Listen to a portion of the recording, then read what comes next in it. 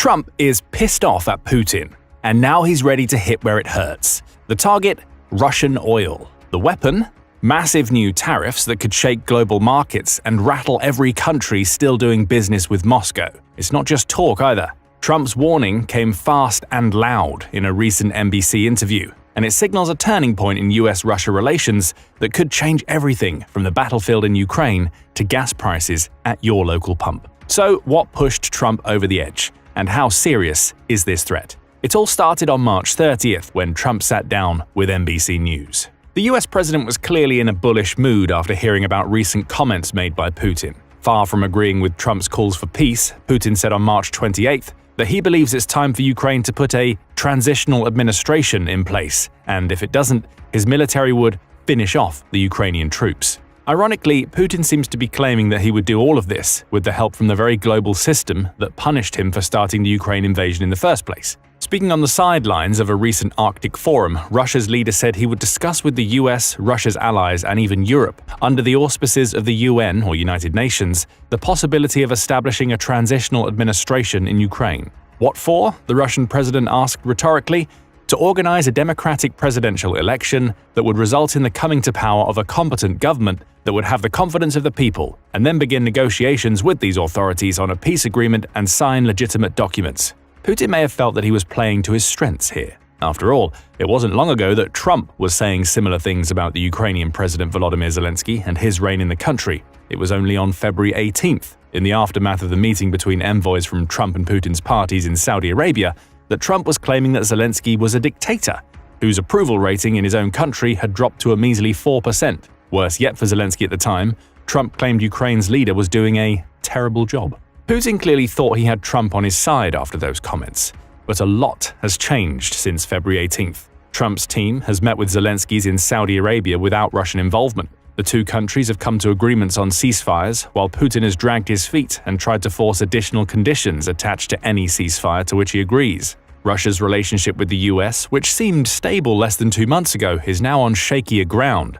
as Trump seems to increasingly favor Zelensky thanks to Ukraine's leader's willingness to work with him. And it's showing now. In the wake of Putin's comments about forcing a transitional government and finishing off Ukraine if it disagrees, Trump said, "If Russia and I are unable to make a deal on stopping the bloodshed in Ukraine, and if I think it was Russia's fault, which it might not be, but if I think it was Russia's fault, I'm going to put secondary tariffs on oil coming out of Russia." Secondary tariffs? What does that mean? That would be that if you buy oil from Russia, you can't do business in the United States, Trump added. There will be a 25% tariff on all oil, a 25 to 50-point tariff on all oil. Trump outright said that he's pissed off with Russia's leader, with the new tariffs only adding to what the US has done to Russian oil since Putin's invasion. Shortly after Putin entered Ukraine, former US President Joe Biden banned all Russian oil imports into the country. Since that ban, Russia's sales to the US have plummeted to just 10,000 barrels of crude oil and petroleum products since 2023. For context, the US consumes about 20.25 million barrels of petroleum daily, meaning Russia's input is barely a fraction of what the US requires. Before the war started, the US bought an average of 209,000 barrels of crude oil and 500,000 barrels of petroleum products from Russia daily. The US has successfully cut Russia off from its massive oil purchasing.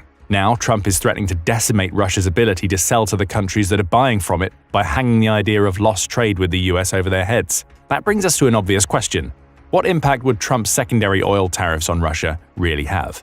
In the immediate sense, perhaps not as much of an impact as Trump might want. CNBC suggests that Trump's comments were supposed to increase oil prices while casting doubts about Russia's ability to continue serving its clients in the future.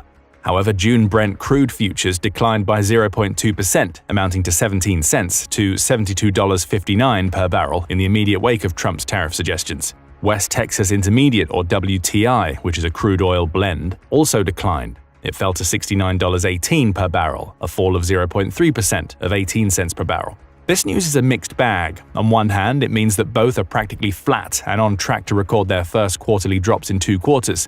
However, both are also on track to record their third consecutive weeks of gains, despite settling lower than they expected. Nomura Securities economist Yuki Takashima explained the situation to CNBC. Trump's comments were supposed to boost oil prices, but doubts about their feasibility and the upcoming OPEC Plus production increase starting in April are keeping investors cautious, Takashima said. OPEC Plus is a collection of 13 members of the Organization of Petroleum Exporting Countries, or OPEC. That, along with 11 other nations that aren't part of OPEC, work together to ensure stability in the global crude oil market. Together, those countries control a little over 90% of the world's proven oil reserves, meaning any actions OPEC Plus takes have a massive impact on the global investment attitude surrounding crude oil. We expect WTI to stay in a range of $65 to $75 for now, as the market assesses the impact of Trump's tariffs on oil supply and global economy, as well as the supply situation from the US and OPEC Plus, Takashima added. His claims come as OPEC Plus is gearing up to announce a new program of monthly increases to oil production in April, of which Russia will be a part. So Trump may not have achieved his short-term goal of boosting oil prices for everybody but Russia with this announcement, but he has his sights set on a longer game. And to understand that game, we need to ask a question. Just what are secondary tariffs? We're already familiar with regular tariffs thanks to Trump's massive implementation of them since he became US president. A normal tariff is essentially a tax charged on goods one country imports from another. For instance, Trump has placed tariffs on cars, steel, and aluminium from countries including Mexico, Canada, and China since he became president. Those tariffs typically add to the cost of a product based on a percentage. As the BBC explains, a 25% tariff on a $10 product would mean an additional $2.50 charge for exporting that product. A foreign company that sells a product to the US has to pay that tariff to the government. Trump believes his heavy use of traditional tariffs will push US consumers into buying American and reinvigorate the US manufacturing sectors. Whether that will happen or not remains to be seen. A secondary tariff, such as the one Trump is threatening to place against Russia's oil, is much different. As The Hill explains, the concept didn't really exist until Trump started throwing around threats to implement these types of tariffs. They amount to a monetary sanction on a country that trades with another nation against which the US is opposed. Take the Russian oil situation as an example. If Trump imposed a 25% tariff directly on Russian oil, it wouldn't have much of an impact. After all, the US is only buying 10,000 barrels of petroleum products from Russia daily. Russia having to pay an extra 25% on such a tiny fraction of its oil sales wouldn't have much of an impact. However, a tariff placed against countries that buy Russian oil would be far more damaging. Under Trump's proposal, those countries would have to pay a tariff on any goods they export to the US because they're supporting Putin's regime with their oil purchases. The idea is to punish both Russia and its allies with tariffs, hence the secondary designation. And we already have an example of how this will work. On March 24th, Trump signed an executive order targeting Venezuela with his new idea of secondary tariffs. That country, which is already under heavy US sanctions, can't really be hurt much by the US imposing direct tariffs on its products and services. So Trump is targeting Venezuela's allies.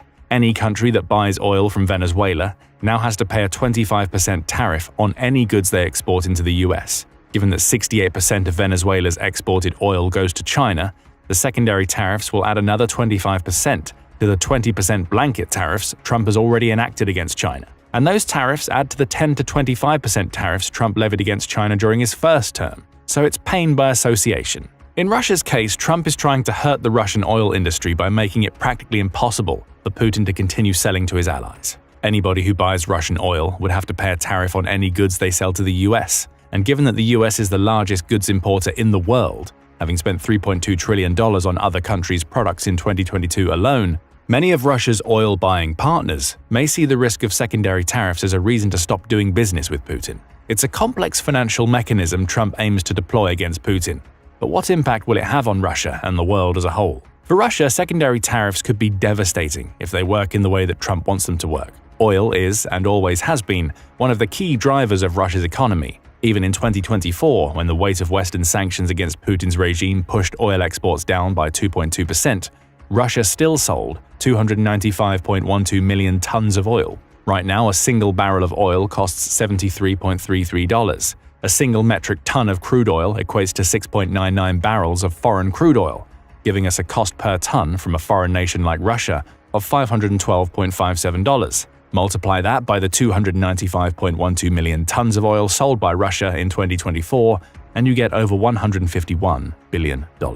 That's a lot of money potentially disappearing from Putin's coffers at a time when he's spending billions of dollars annually to fund his war. And the massive hit Russia's economy could take from its oil partners looking elsewhere due to Trump's secondary tariffs will only add to the pressure Russia's most important industry faces. By December 2024, Russia's oil production had already collapsed to a 20-year low, thanks to constant Ukrainian drone strikes against its energy infrastructure. The country averaged just 1,254 metric tons of crude oil production per day in 2024, a number that hasn't been seen since 2005. Given that Russia is the world's third largest oil producer, accounting for about 12% of global crude oil production, that decline was already having an impact on Putin's cash flow.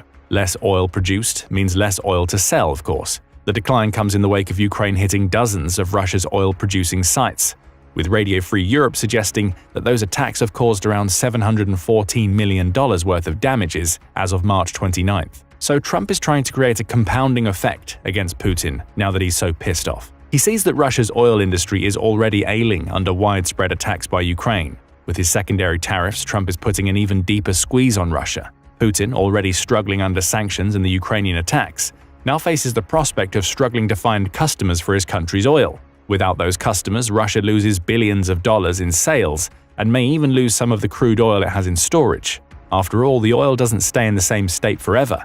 Its quality degrades over time, especially once refined into other products. Losing customers means Russia would have nowhere to send the oil it's already produced, potentially wasting billions of dollars more of the product as it struggles to sell. Add all of this to the fact that Trump's declaration that he's pissed off at Putin seems to mark the complete turnaround of Russia's relationship with the US. As Politico points out, it was only a couple of months ago that this relationship was starting to thaw out. Trump has suggested he was willing to ease sanctions placed against Russia, especially in the wake of the ceasefire negotiations he's been holding with Putin and Zelensky. Now that relationship seems to have been put back on ice, at least for the time being. Far from relieving sanctions, Trump is planning on using secondary tariffs to make Putin feel a world of economic pain. Russia's leader could never have expected this. However, you may have identified a small wrinkle in Trump's plan. The idea of secondary sanctions is all well and good except for one thing: the impact they'll have on the nations that buy Russia's oil, the European Union, or EU, as an example. On February 25th, The Guardian reported that EU nations collectively spent $23.69 billion on Russian oil in 2024. That's over $3 billion more than the $20.56 billion that the EU provided in military aid to Ukraine during the same year. And therein lies a problem for Trump's secondary sanctions. They have the potential to massively impact some of the US's allies. In the EU's case, this may not come as a surprise. Trump has already threatened the group with direct tariffs. On March 27th, Trump said, "If the European Union works with Canada in order to do economic harm to the USA, large-scale tariffs, far larger than currently planned,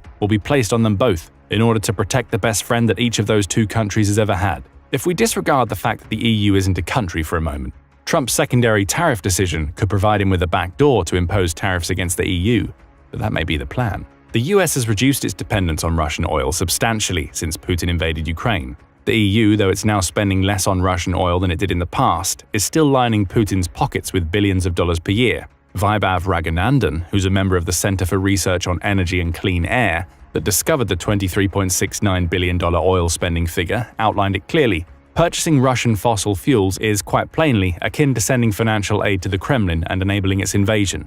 It's a practice that must stop immediately to secure not just Ukraine's future, but also Europe's energy security. Perhaps Trump's secondary tariffs also have an ulterior motive. He'll hurt Russia by hitting the countries that buy from it, and at the same time he'll further his goal of making the EU and Europe as a whole more dependent on itself and less reliant on other nations for its survival. Trump is essentially putting the EU between a rock and a hard place with these new tariffs. Either it stops buying oil from Russia, or it gets hit with tariffs that impact its trade with the US. And given that the EU exported around $575 billion worth of goods to the US in 2024, the impact of these tariffs would be massive. They'll easily add another $150 billion or so to the prices of those exports, angering the EU and potentially creating a backlash against the US. But it's not just the EU that Trump has to worry about. We mentioned earlier that Russia accounts for around 12% of the world's crude oil production. Naturally, that means it has a lot of partners.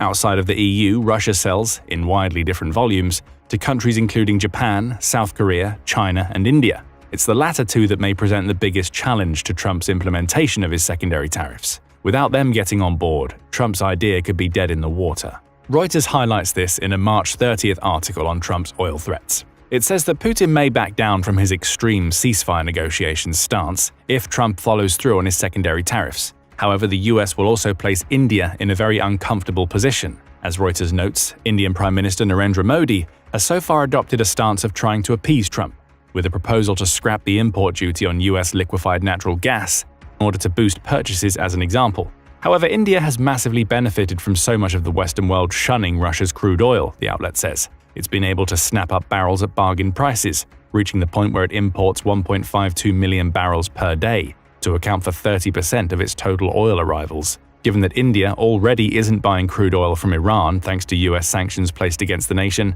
Trump's secondary tariffs risk hurting a nation that is still allied to the US, albeit one that's also attempting to stay neutral. Then there's China. China buys around 2 million barrels of Russian oil per day, both via seaborne routes and a pipeline from Russia to China. Its economy would be severely impacted by Trump's secondary sanctions. The risk for Beijing, Reuters says, is that an additional tariff of up to 50% on US imports from China, on top of the 20% already imposed by Trump, would bring about real levels of pain in its economy, which is already struggling to build momentum. Again, that's all part of Trump's plan. He wants countries buying oil from Russia to feel economic pain.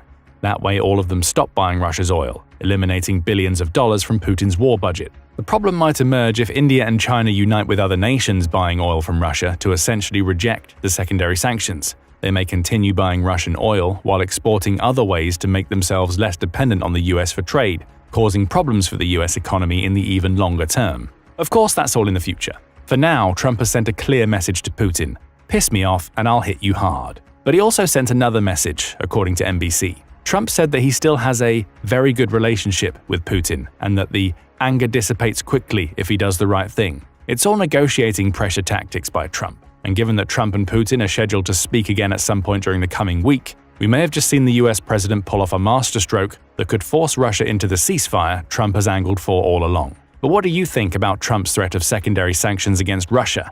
Will he follow through? What impact will these sanctions have on America's relationships with its allies and enemies that buy Russian oil? Let us know your thoughts in the comments, and remember to subscribe to The Military Show for commentary on the latest developments in global geopolitics. Now go check out Putin Finally Betrays Trump, or click this other video instead.